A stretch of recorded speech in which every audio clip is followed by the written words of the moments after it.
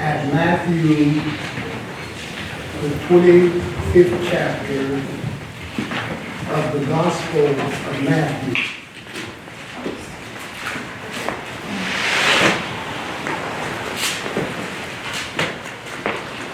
And let's begin reading at verse 20. Matthew, the 25th chapter.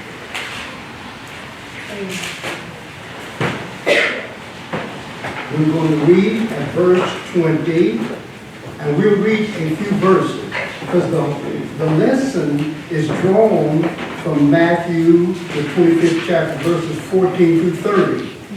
I trust you will read it all. Do you have it, verse 20? Amen. Let's read it together. And so he that had received 5 talents came and brought other 5 talents, saying, Lord, thou deliverest unto me 5 talents. Behold, I have gained beside them 5 talents more. His Lord said unto him, Well done, thou good and faithful servant.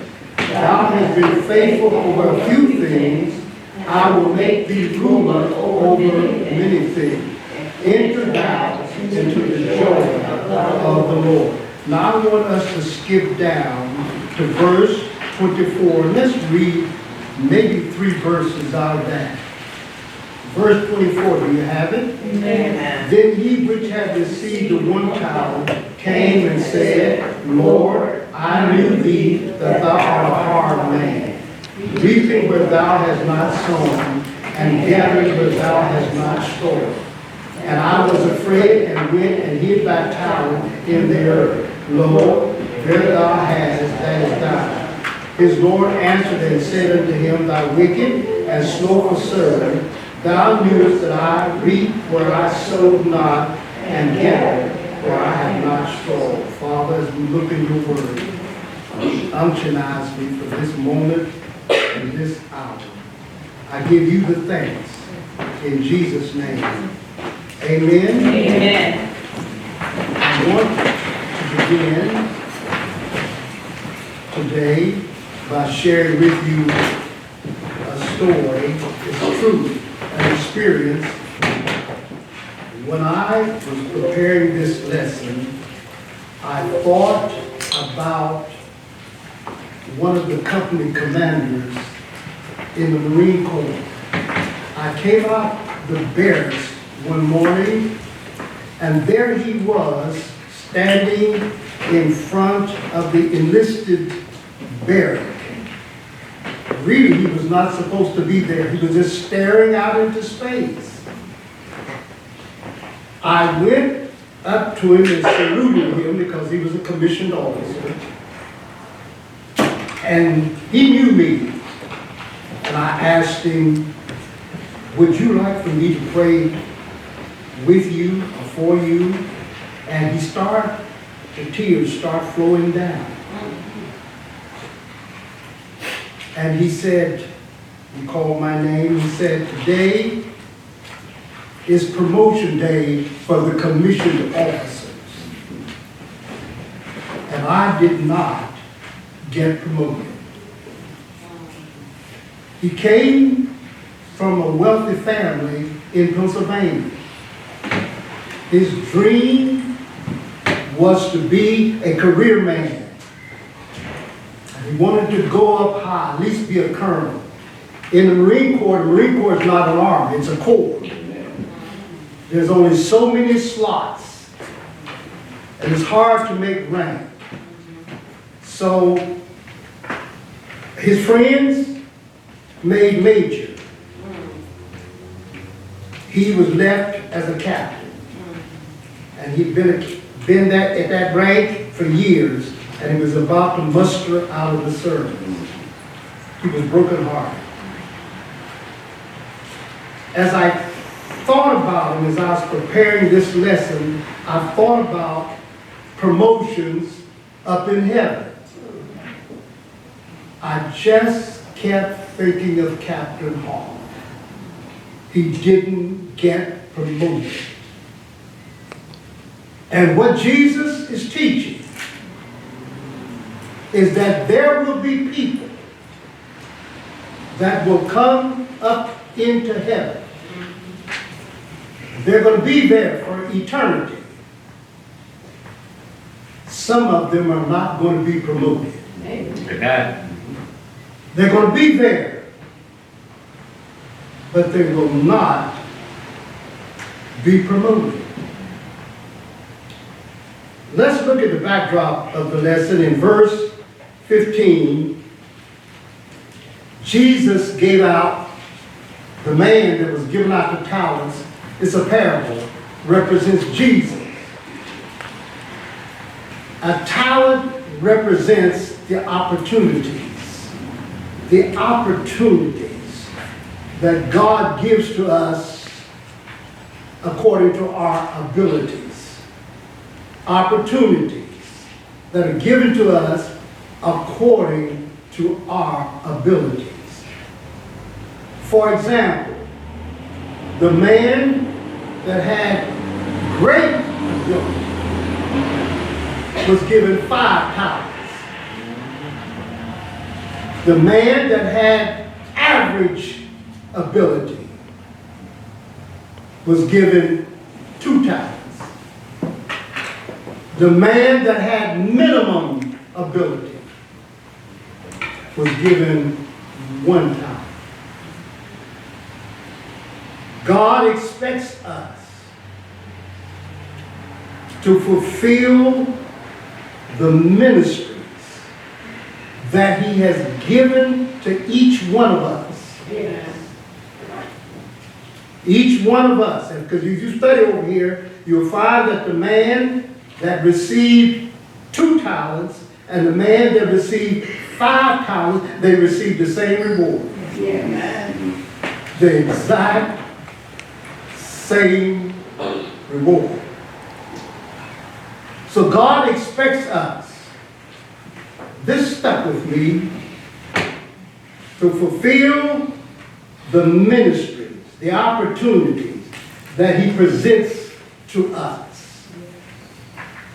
We're supposed to be down here witnessing. Amen. Witnessing, working. Someone called a house yesterday. In fact, one of my sisters, my daughters. And she was telling me even about the people in Haiti making mud cakes. We can help. We set up a mission, money to go to Haiti about 8 months ago. We can do better. Yes. Because if I was eating mud cakes, I want somebody to help me. Amen. Amen. I would want somebody to help me. You got it. The ministries. Verses 18 and 19, you can look at it. Verses 18 and 19 is where we're living today. We are down here waiting for the rapture. Amen. And it can come, it's imminent. The Bible teaches that the rapture is imminent. That means it can come at any moment. Paul expected it to come in his day. He said over there in 1 Thessalonians, we that are alive. He expected it to call, to shout, to command, to come in his day. So it can come at any moment. This is where we're living now. We're waiting for the rapture. If you look at verses, let's turn now and get to the core of the lesson. My first lesson is that some people fail, but they blame others for their failure. Amen. Amen. Some people, they go through life, they fail. They're failing, but they're blaming other people for their failure. Adam was the one that invented the blame game. Amen. In Genesis chapter 3, I believe it's verse 12, he blamed God for his failure. He said it was the woman. You did it. You put me to sleep. I had nothing to do with it. You opened my side and took out a rib. And you built, and the Greek is there, he built. A woman, according to God, is built. If you note that. He built this woman. Then he woke him up. And there she stood. And he said, she gave me. That woman you gave me. She gave me the fruit from the tree. And I ate it. But it was a woman. Your fault. If you study the lesson and look at verse, and I'm going to take my time. Amen. If you look at verse 24 and 25, Jesus is teaching that when some believers will blame him for their failure, they're going to accuse Jesus up in heaven of being a hard man. A hard person. Basically, a cruel person. Reaping where he did not sow. And gathering where he did not even sow any seed. That's a hard person. And Jesus is teaching here, there are people in life that blame others for their failure. Yes. Yes. But the blame game is not going to work up there. Amen. Amen. If we're failing, it's because we have decided to fail. Amen. That's right. Nobody can make Reeves fail. Amen. That's right. Nobody. If Reeves is failing, Reeves has made a choice. It's my choice. It's my choice. And I can't blame you and no one else. And you can't. Amen. Amen. The Bible says, church, we're more than conquerors. Yes. Never can make us fail. Yes. And that's lesson number 1, because in verses 24 and 25, Jesus is teaching in the parable. This is a parable. A parable is an earthly story with a heavenly application. Yes, that's right. Different parables have different applications, and we're going to look at this here. He failed because Jesus put his finger on it. He had a wicked, he called him wicked right here. He called him wicked and lazy. He was not, Jesus said, he said he was a wicked and he was lazy, he was slothful. There's a second reason why that man failed. He failed, and I kept praying about it, and the Lord said, you're on target, Reeves. He didn't believe. He did not believe that Jesus was coming back. Faith in the Bible is always synonymous with action. Amen. Amen. If I really believe, I will act. Amen. There over there in the book of Hebrews, chapter 11, there's a definition there if you look at it closely. Faith is believing and being obedient to God. Yes, it is. Amen. In spite of consequences. In spite of circumstances. Yes, sir. Being obedient. That's the scriptural definition of faith. In other words, if I believe, I will behave. That's right. Amen. Amen. If I really, truly believe God, I will behave myself. Yes. Now the Bible says over there in the book of James, said that the demons believe. There's no demon in hell that is an atheist. All of them believe in God. Amen. But their faith is only in their mind. Right. It's intellectual. Right. It never gets down in the demon's heart. Because he would change. Faith has to get in the heart. Yes. Down into the inner center and Yes. the core of Yes. my being. Amen. If I'm going to change. Amen. But the demon's faith, according to James, is only its intellectual. It stays in his mind, so he never changed. But they do tremble. The reason why they tremble, because they know judgment day is coming. Yes, it is. Amen. This man did not carry out the ministry that God had appointed him on this earth because he did not believe. So what happened? He had an opportunity. I don't know how long he lived. Now Jesus doesn't tell us how long he lived. He just doesn't tell us. Of course, people are dying early today. Since I've been here, I've had to eulogize some go over to the funeral home, and there was only 19 and 20. My wife would call me, and she'd be crying at the hospital and say, this one has died with AIDS, and nobody to bear him. So I go to the funeral home and preach a funeral over them. They're only 18 and 19. We don't know how long. We don't know how long this man lived. But anyhow, he didn't believe. Now, let's look at verse 21 and 23. Verses 21 and 23. Do you have it? Amen. I want you to see this.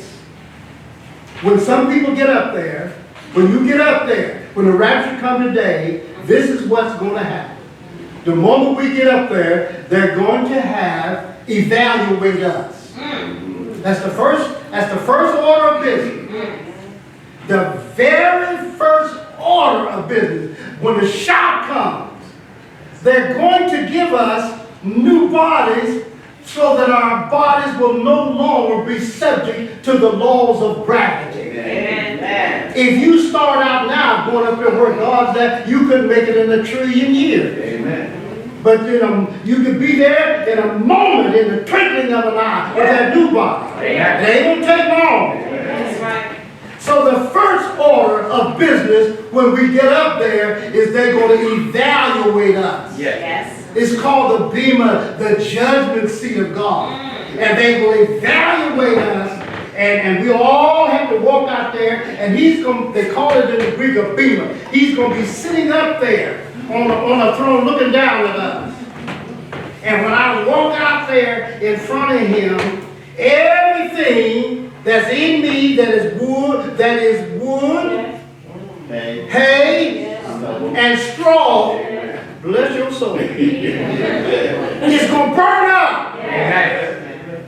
It will burn up before my eyes. And I'm going to run. The Greek there is like a man running out of a burning house. I'm going to be saved. But bless your soul, everything that I took up there to offer him, it's going to be lost. So, what you have here, now you listen. Amen. What you have here in verses 21, make sure you look at it, and verse 23. After the evaluation, if you pass and you take up there things of eternal value, Yes. things that fire can't burn, Amen. things that fire will only purify, Yes. and offer to him, guess what he's going to say? Well done. Amen. Amen. Well done. Yes. Amen. Good. And faithful. You didn't give up down there. Yes. You persevered. Persevere. Yes, sir. You were faithful to the end. Yes. You didn't start, you didn't stop. You hung in there. Yes. Amen. Amen. Well done. Now listen. I'm going to take my time. Take your time. Take your time. What's going to happen is going to be heard all over heaven. Yes, sir. Folks are really going to be shouting.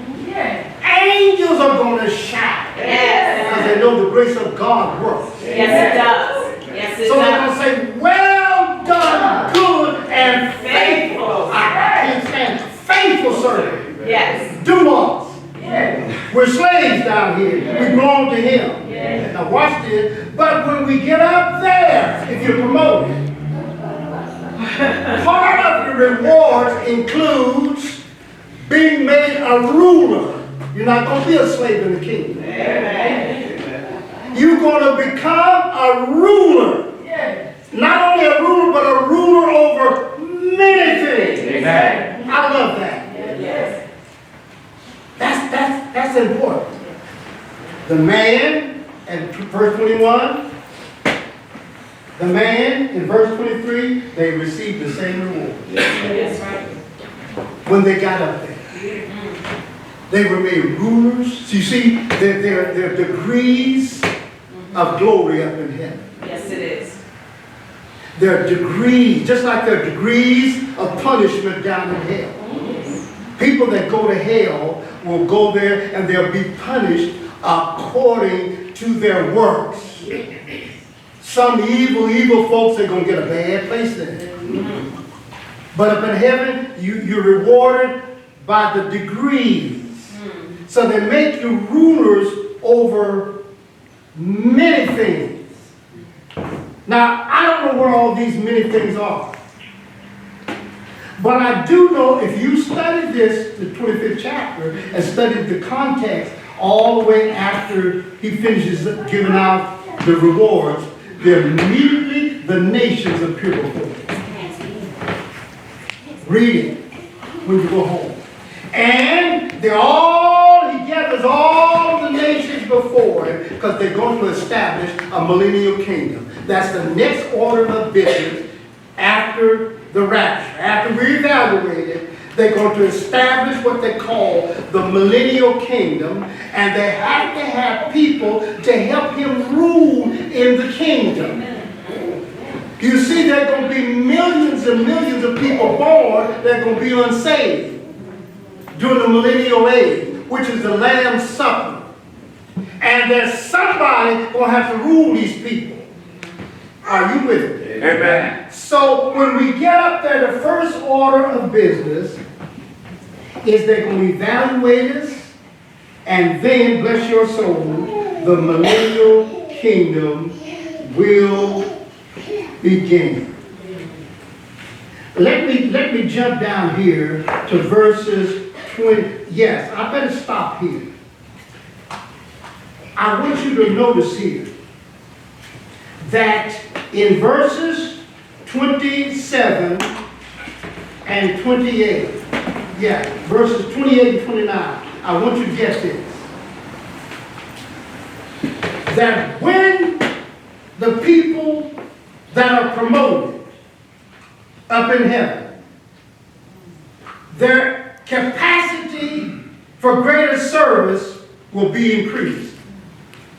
When you get up there, if you go up there and you are not promoted, what they will do is your place and plan that he had for you will be given to somebody else. Amen. Did I get it right? Yes. Look at it. Let me make sure.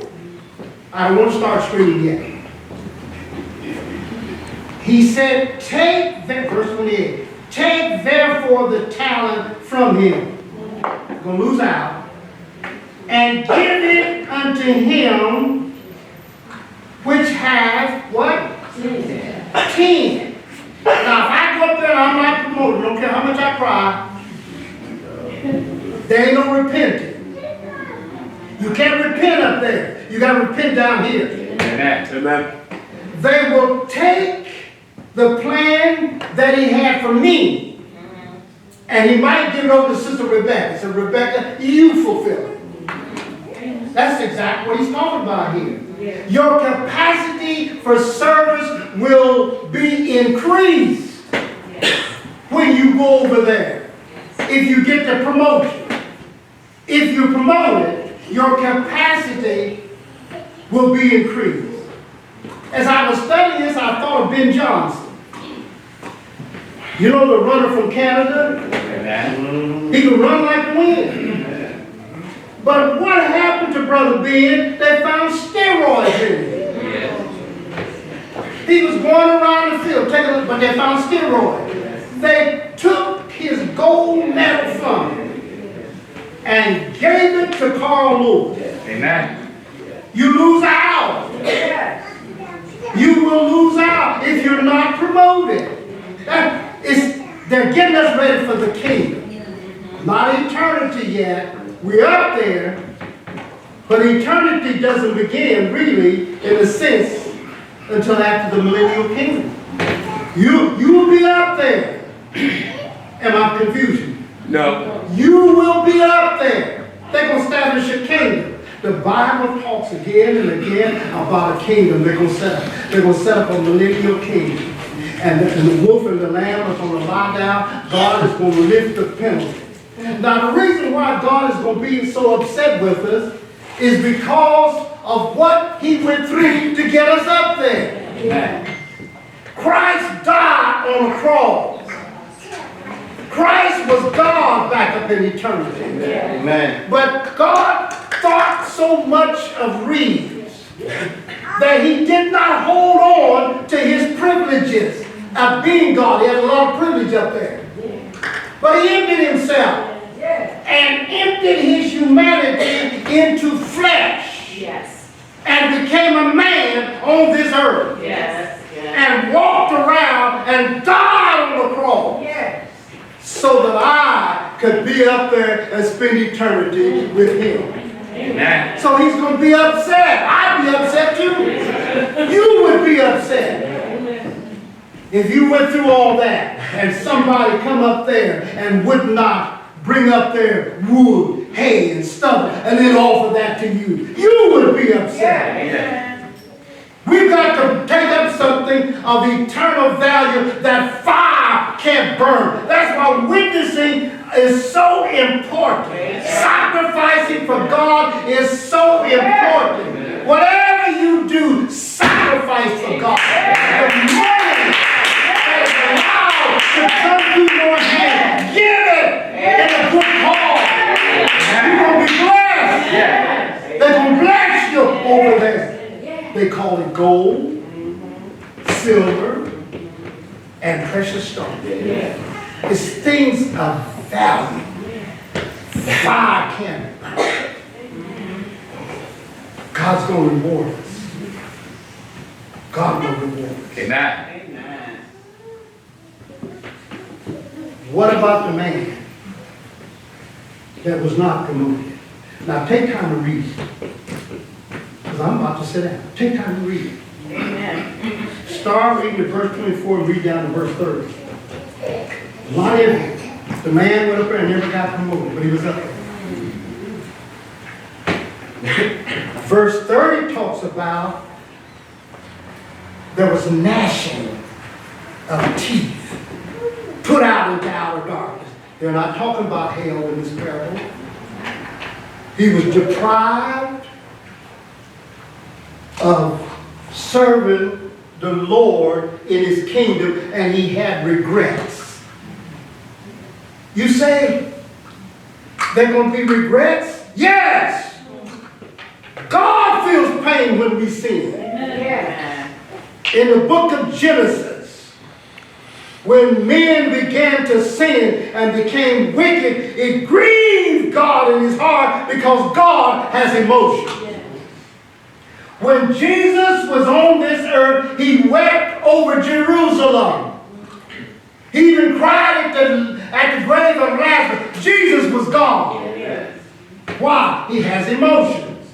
And when we get up there, even though you're going to have a perfect body, a pure mind, but for the first, now listen, are you listening? Amen. For the first 1,000 years, you will feel pain if you blow it down here. Amen. That's what they're teaching you. Don't blow it. Don't blow it. because you're going to be on the outside looking in and never in 1,000 years be able to participate in the kingdom activities. That's what it's all about. You, for 1,000 years, they're going to set up a kingdom, and he's going to sit there on the throne of his glory, and he's going to rule this earth, the Bible said, with a rod of iron. Why a rod of iron? Because there are going to be some unsaved folks down here. There are going to be still unsaved folks growing, being born during the 1,000-year millennium. They're going to be born, and some of these children are not going to accept God. Just like children today, some of them won't accept Him. And somebody going to have to rule. Amen. Are you with me? Amen. So for 1,000 years, some people that don't get promoted, they're going to be weeping and bitter regrets.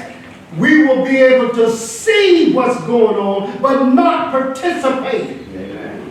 We will be able to see everything that's going on and the activities of the kingdom, but we will not be allowed to participate. That's why verse 30 said there's gnashing.